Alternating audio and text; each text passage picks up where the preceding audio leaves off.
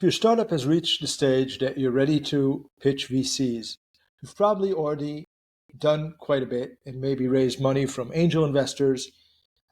So I assume that you already know quite a bit about venture capital funds, how they're structured, etc. So I'm not going to go deep. There's a guide that I'll link to in the notes. But just to say, what you probably know again is that venture capital funds are made out of the general partners that are the ones that take the decisions about making investments. Those are the general partners, and they manage the money of the limited partners, the LPs in short, which could be pension funds or high net worth individuals or anyone with big pockets that has given money to the venture capital fund to manage. And that means they've given money to the general partners or GPs to manage. The GPs are the ones that make the decisions.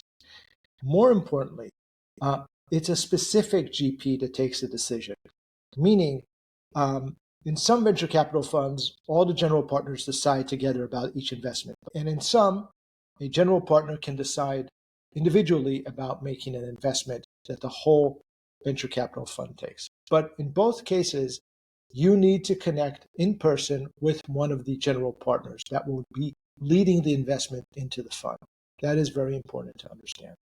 So our priority will always be to try to connect with one general partner within a fund. Along with the general partners who are the ones that take the decision within a fund, there could be other supporting staff such as principals, analysts, associates, and sometimes external advisors and admin staff.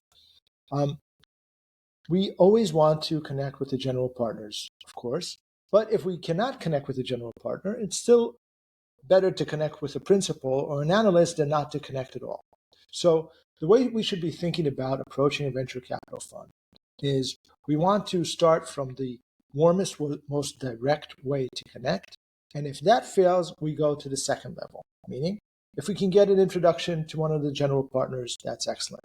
If we can't get an introduction to any one of the partners, we try to see if we can connect in person with one of those general partners. If we can't, we'll reach out cold or directly to those general partners via LinkedIn. And if that doesn't work, then we can try reaching out to the other members, such as analysts and principals. And if all else fails, only then will we reach out to the email on their website or to the form on their website.